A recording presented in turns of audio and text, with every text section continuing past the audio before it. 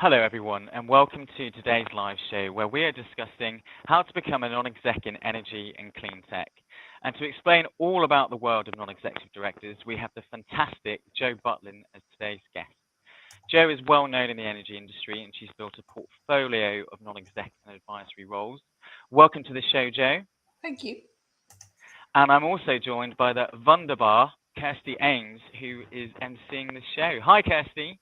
Hi, Lee. That's the nicest introduction anybody's ever given me. Thank you very much. And I would also like to say, as we go through, Lee has some great questions for Jo. But if anybody else has any questions for Jo or for Lee, pop them in the comments and I will be monitoring them and I'll bring them up on screen. So I hope to see some of you there. Thank you, Kirsty. So, Jo, first question. What do you actually do in a NED role? Oh, good question. Many things, I think. But there's some that you sort of have to do as a fiduciary roles and duties, and then there are some general themes, I think. So if I talk them through, so the fiduciary stuff is, what a director has to do and the responsibilities. And many people will have been directors, but I think as a NED, you have to have more focus on things. So here I'm talking about making sure you've got the right governance structures in place, making sure you've got control over risk and control frameworks, making sure you've got accounting policies and they're applied, and reporting obligations. So that's the sort of baseload, boring stuff that has to be done, but is really important. The next one, I think, is very much bringing a strategic mindset. So thinking of the big picture from both outside the business, but also how that applies to the inside the business. So markets, policy, understanding how businesses work, what good looks like. So very much strategic viewpoint. A big one is around people and culture, and particularly the sort of senior management team, making sure that you've got the right people in the exec roles, and being part of recruiting of some of them. So a couple of my NEDs, I've actually recruited individuals into roles. Next part is being an ambassador for the business. So really championing the business externally, opening doors, introducing people, joining dots. That's a sort of a less tangible role, but I think a really important part of it. And the last bit I think is key in terms of non-exec, and it's what you don't do. What you're not doing as a non-exec is running the business on a day-to-day basis. You are not doing the doing. You are supporting, you are influencing, you are making some difficult decisions, but actually it's the exec team who are running the business. And that is really important particularly when you're transitioning from one to the other. It's that coaching element, isn't it? And that, I guess, can be quite a difficult thing to do. So I guess it is.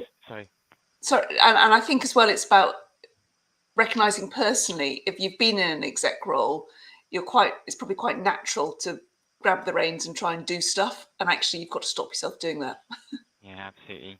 So there's the boring stuff like governance, and then there's the more interesting stuff like the strategic side, both internally and externally, a lot about people, and then it's being about an ambassador.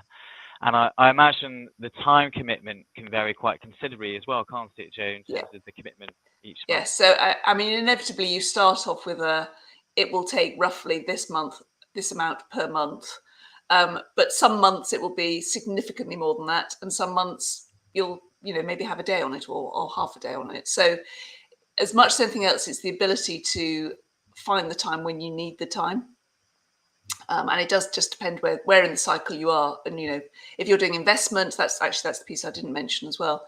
If you're raising funds or things like that, and that there might be more time again. So it's lumpy rather than sort of a steady, the things you can guarantee are you'll have 4 board meetings a year and blah, blah, blah. But actually, it tends to be a lot more than that. Sure. And I guess you need to be on hand for emergencies as well from the CEO. Yes. So you do have to be adaptable, and find time, even if, potentially you're on holiday or you're doing other things. It's a slightly different mindset from being employed as an employee. You're there for the business when it's needed.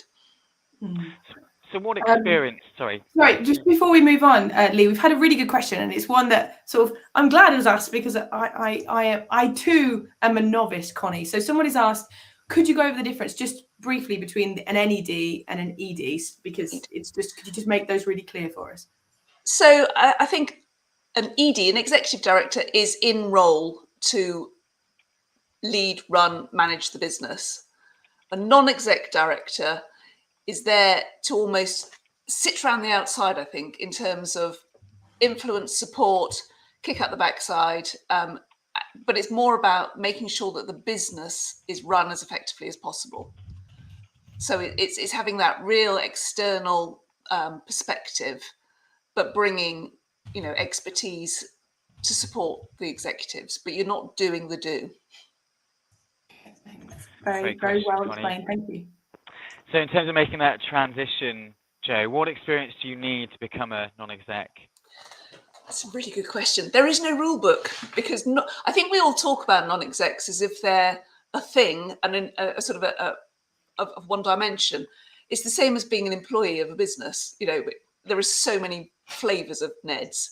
But I suppose that the things that I think are helpful, from my experience anyway, certainly executive experience at board level is helpful. So you know what to expect, you know what works, you know what doesn't work in many cases. Is that compulsory, Joe, would you say?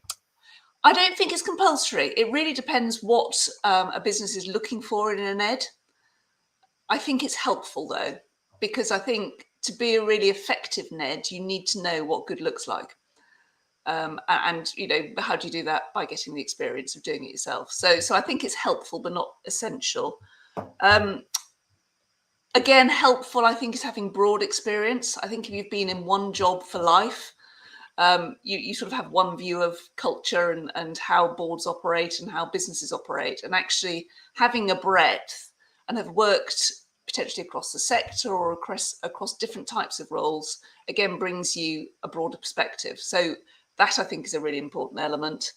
Again, I think having experience outside your main job is also useful. So it's being able to show that there's more to you than just being a successful executive in a job or a successful person in a role. It's actually saying, well, I've got different strings to my, to my bow, and I can bring different dimensions. So, potentially doing some pro bono work, potentially doing something slightly at a tangent, is all helpful because it gives you a different perspective to draw on. And then the last one, which I think has helped me, but again is not essential, is having qualifications to recognised. So, I mean, I trained as an accountant. I'm still officially an accountant, but I have never been categorised, I don't think, in my most of my career as an accountant, but I'm now drawing on that as a NED because it gives you a sort of a platform to build on. So be it accountancy, an MBA, anything that shows you've got the learned experience as well as the the theoretical experience as well as the learned experience, I think is useful. And that comes back to the fiduciary bit, which I'll have to pick you up on, Lee. It's not boring. You're talking to an accountant. It's not boring, but it's very important. So broad executive experience, ideally at a board level, evidencing some success outside of your job, additional qualifications. I'd also say you need to be a very good leader because there's a strong coaching element to the role, would you say? Yeah, yes. I mean, you have to, I think you need to be confident in your own skin and therefore, and be able to demonstrate what good leadership looks like. And, you're going to have some really difficult conversations as a NED, because sometimes you're going to have to make really difficult decisions. And if the business isn't performing as it needs to, you're going to have some difficult conversations. So you need to be able to demonstrate leadership. But again, that balance of the authority is in a slightly different place to normal executive roles. So, you've got to build some trust as well across the whole board, not, with executive and the other non-executives.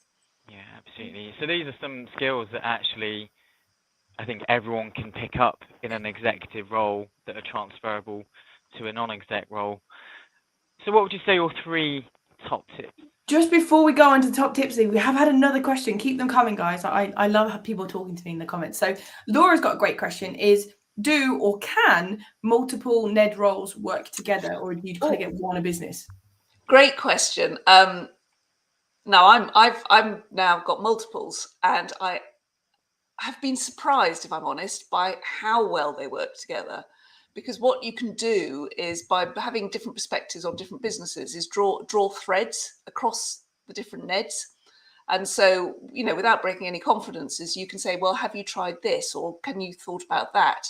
And equally, inevitably in the energy space, which is where I'm very much focused, there are threads to draw. So it's like, actually, I could introduce you to you, and you can go and have a conversation. At that point, you step back, it's back over to the executives.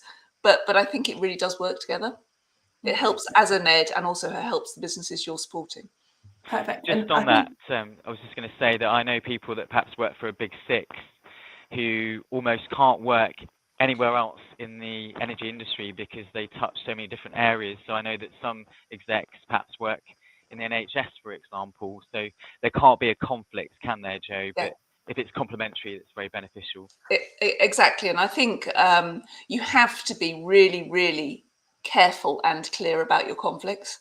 And it's something that I do really consciously, that because I've sort of got this portfolio, it's making sure that you're not crossing lines, both in scope but also behaviour. You can't be a NED on two businesses competing with each other. No. It's some of those obvious things. Yeah, we have had another question that I think we've just got about time for before we move on to the next section, which is from Festina. How do you balance constructive challenge of execs whilst respecting roles and not catching them off guard, considering you are working as a unitary body? I think, again, it goes to what's in the board and what's outside the board. So, you know, NEDs don't just pitch up for a board meeting once a quarter. NEDs are involved in the business, in how the execs want them to support the business. So, you know, in different roles, I will have one-to-ones with some of the execs. In some cases, I'll be a virtual mentor for some of the execs. Generally, if there's going to be a difficult conversation in a board, or I've got a strong opinion or whatever, then you do as you would do in normal business. You'd have those conversations beforehand, so it's not an embarrassing situation. But you know, you still have to have that conversation in the board to use authority. Thank you. Okay, we've just got one last question before we move on. And we have got some more, which I'll ask in the next section. David's asked, is it common for an ED to be given day release to be a NED? I think it's not uncommon. I would certainly couch it, and this is sort of with my past hat on, I'd couch it in the sense of my personal development. So it's almost from doing this role, as part of my personal development, I can bring this back to the business. And then I think it's generally accepted. It obviously depends on the time commitment and how flexible your employer is, but it does work. I think, if I'm totally honest, it is a lot easier to be a NED when you are not fully employed as well, because actually you have conflicting demands on your time, and it's, you know, sometimes there will be clashes. So it's certainly easier for me doing what I do now to be a NED than it would have been when I was doing an exec role. Yeah. Okay. Thank you. And then we have got this question, Lee, which I think leads nicely to your next section, which is there are often agencies who want to charge to find you NED roles. What's the best way to start the journey? And Lee, I believe this is your next question. Yes. So what are your 3 best tips for viewers to land your first NED role, Joe? My first one, which is before the ones we've talked about, is actually don't go to an agency. I find it quite difficult when they charge you for outrageous. I mean, I just think that's, no, you're buying me, you're not buying. Anyway, putting that one aside, I think we actually, Lee had given me a heads up on the question, so I've actually had time to think about it. The first one I'd say is be really clear why anybody would want to appoint you. And it sounds silly, but it's almost like, what are you bringing to that NED role that other people won't do? And you know, if you can be really clear what that is, then it's very clear what your offer is, and that will help you through the process, and it will also help you identify where best to hunt for NEDs. And I think in some cases it might be a real honest answer of saying, actually, I haven't got anything that's quite right for a NED. Actually, maybe it's not a NED is right for me. Maybe a different type of role is right for me. So it's not clear for everybody, but really look at yourself and say, why would somebody want to employ me? And then the second side of the reverse of that is be really clear what you want to get from a NED role. I mean, if you're basically saying, I want to be a NED because I want the money and I want to fill my time till retirement, I don't think you're going to get one. I think you've got to be really passionate about the business that you are a NED for. So it's got to sort of align with your values. It's got to align with your purpose and what you're trying to achieve. So for me, people and purpose are absolutely critical to any NED roles I do.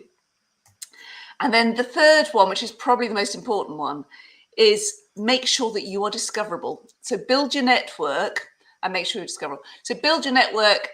That's through LinkedIn, through it's attending events, it's doing, I sort of always talk about doing things at a tangent. I mean, today there are people hearing things that, oh, maybe she could be a future NED for my business or whatever.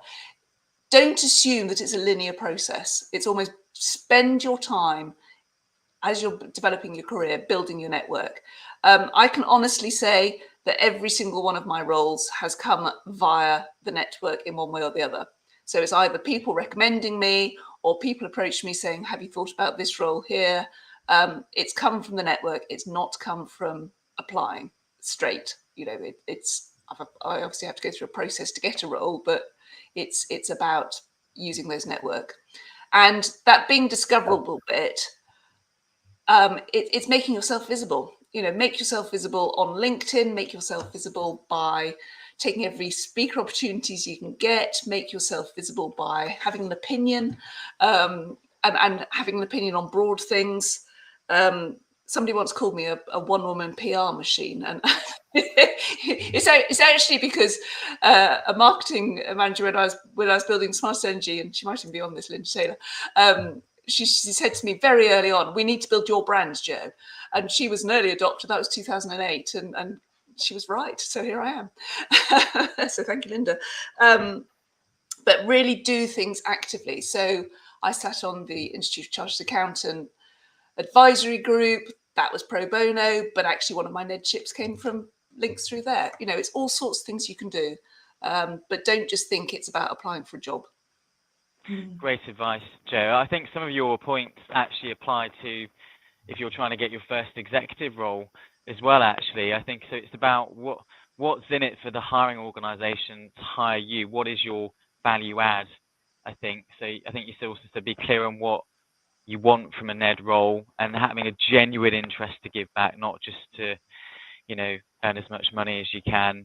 And then that network piece being very visible. Also, Jo, to be fair, you've also got to be high caliber as well, haven't you? Because there's lots of people that want to be a NED and they can pick the best. And I think, for me, almost the most important bit is that perspective. It's broad perspective, being able to draw on lots of things from your career, whether it be experience, knowledge, any aspect of your career. You've really got to be able to draw on it. And it can't, if you're too narrow, I think it's very hard to convince other people that you're the right person for the NED. Yeah, absolutely. And I think it's a bit, sorry. Sorry, no, you go. We just had some questions, so I want to pop in before you move on to the next bit. That's all. Sorry, you carry on. I was going to say, I think it's a bit chicken and egg because most organisations want someone who's already been a NED. But how do you get the NED if you've never been in one? And I think to your earlier point, one way of doing that is to get some pro bono work that gives you that experience around the table. Yes. And so if you haven't got direct board experience, getting, board experience through pro bono, or it doesn't even have to be board, it can be panels, it can be, it can be home life, it can be, running committees, it can be doing all sorts of things, but it's doing something that shows you've done a role with similar attributes. Okay, fantastic. Thank you. So we do have a couple of questions. First of all, Darren said people and purpose. He absolutely loves your top tips. So that's always lovely to hear, I'm sure, Jo. That's my DNA, people and purpose. People and purpose, I love it. So Darren asked this question, which you sort of answered. I just want to kind of pull it out. So he's looking for his NED role. Should he start this part of his career by offering his skills and experience for free, at least to begin with. So you're saying yes to doing that on sort of other things like charities and another experience. Can you offer a NED role as being free, or would you not do that? Yes, I mean, in fact, I mean, I'm if it suits you, doing and it fits with your values, then absolutely do a NED role for free. I don't see it's an issue at all. If nothing else, if it's your first one, it gives you the NED role on your CV. But actually, I mean, that's the beauty of what I do now with a portfolio. Not everything I do is paid, but everything I do, I love doing. So it's and some pay better than others, so I can do that. Well, there you go. There you go. We've had another question by Festina. Really true on the full-time and NED role. She started as an associate NED, which is a great step or start for building a portfolio. So Darren, that might be something that you wanted to look at as well. I didn't even know you could have associate NEDs. So yeah, I mean, there are all sorts. You can be a board advisor. You can offer, the skills, and it's more about related skills, I think. If you can demonstrate you've got experience of similar attributes, then I think it opens doors. But build that network is more important. And then we've got this final question from Joe, which is, if you apply for a NED role that you really want, should you attempt to connect with the execs in that business as well as submitting the application, or would you just kind of leave them separate? I think I would not do that in the first instance. I think, if you're confident in your fit and your ability to do that role, then you've got to assume you will at least get to an interview stage. And I think once you've introduced yourself to the business and you've got a good feel about it, that's then the point that you might connect with the execs. But I think you need to be mindful you might put them in a tricky position. And it's fair to say as well, I mean, I've been through processes where I've been appointing execs. Not all of them have, well, clearly not all of them are successful, but the unsuccessful ones have connected with me afterwards. And that's also a good approach, because you've then built your network some more. So it doesn't mean they don't like you. It's just that there might be somebody slightly different or slightly, that fits better. Okay. Fantastic. And then just one last question before Lee moves on to the next topic, which is, someone's asked, would something like a school academy governor be transferable to a NED role? Yes and no. I think, strength in terms of the fiduciary responsibility, having to have that broad perspective.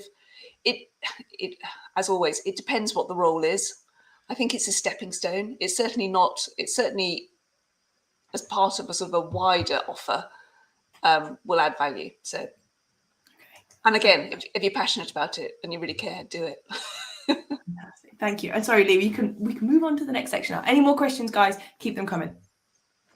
So, Joe, if you're lucky enough to get an interview for a non-exec role, what questions might you be asked at that stage? I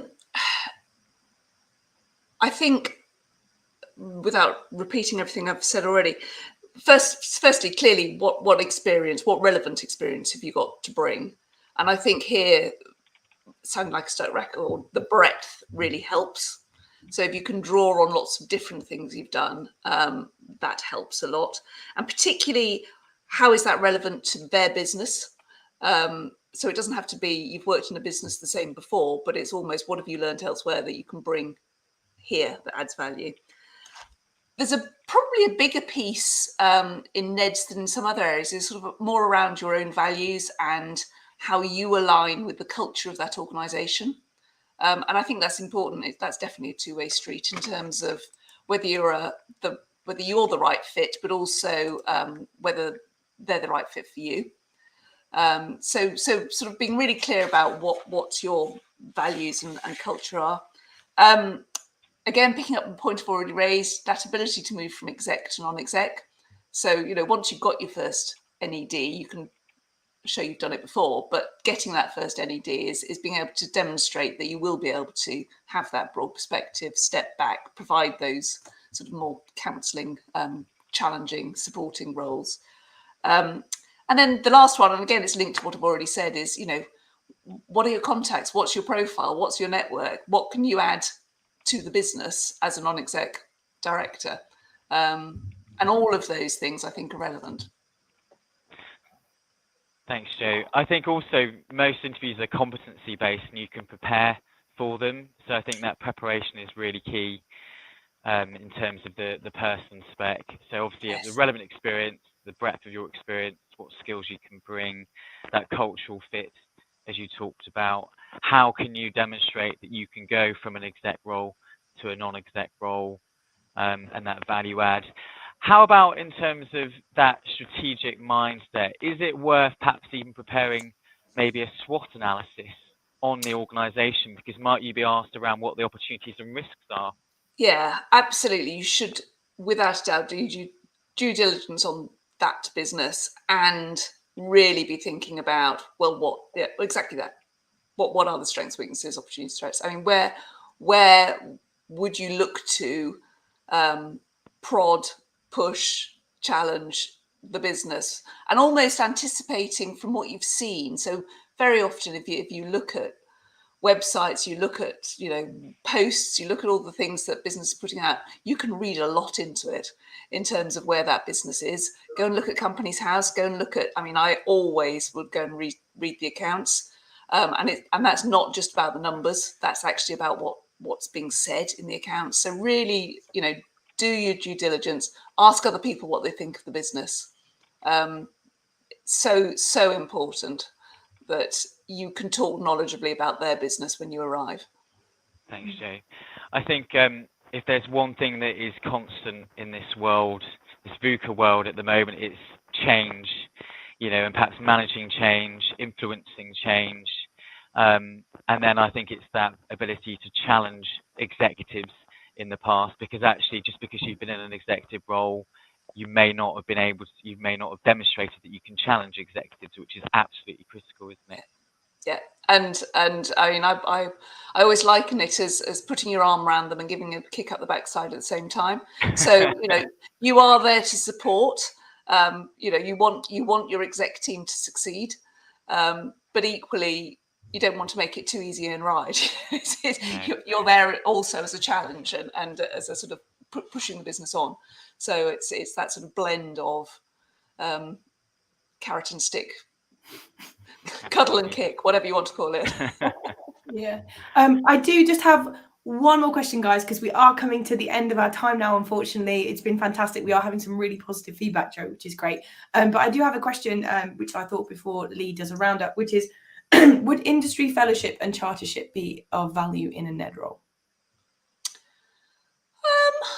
I think going back to that point about what you're drawing on, it certainly won't be a negative.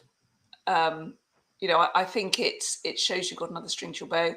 I don't think it's essential. I think it's more about the personal skills and the experience and the breadth. But in the same way as, I now draw on accountancy, which I haven't done for however many years, it certainly won't do any harm. Okay, fantastic. Thank you. And Lee, I think it's about time for us to do a little roundup. Do you want to, before we do that, do you want to talk about who we've got on the show next week? Next month? So next week we have our resident diversity expert, Baljit Kaur. Baljit will be discussing how you can use sponsorship to advance underrepresented groups in your organisation. So it's a diversity theme. Fantastic. I know that's going to be fantastic. Oh, now, Joe, we're going to come to you in 1 second and ask your top tips. So anybody who wants to become a NED, we're going to ask you what's the first thing they should do, what's the best thing. I've had this really good question come in that I really want to ask, which is Rob has asked, how much have you seen the differences in NED roles and expectations depending on the investors, e.g. private equity versus public quoted? Oh, it's a great question. I think it's fair to say that there's a lot of commonality. It tends to be where the focus is. So if it's an investor-led NED role, inevitably the focus is going to be more on the money because the investors want to see their return and want to be confident that they're going to get their return. Other roles are possibly more on the operational and the leadership piece. But I think overall it's common across, the role is common across all areas because that's how business succeeds, isn't it? Exactly. Fantastic. And then Joe, for your top tip, as we spoke about, anybody who's watching, there's been some people who clearly have interest in becoming a NED. What would you say is your top tip in order to do so? My top tip is, and I've said it already, build your network and be visible, and really get the breadth through your network, get the breadth, get the visibility through doing lots of activities rather than just your job. Fantastic. Thank you very much. And Lee, unfortunately, we're at the end of the show now. So do you want to sort of take us out? So thank you viewers for attending our show. Thank you Kirsty for beautifully emceeing as always, and thank you Joe for your expert tips. Absolute pleasure. Just quickly, Joe, if anybody does have any more questions, is it a good idea for them to maybe connect with you on LinkedIn where they can ask? Yeah, very, very happy to talk to anybody. Fantastic. Thank you very much, and we'll see you in a month.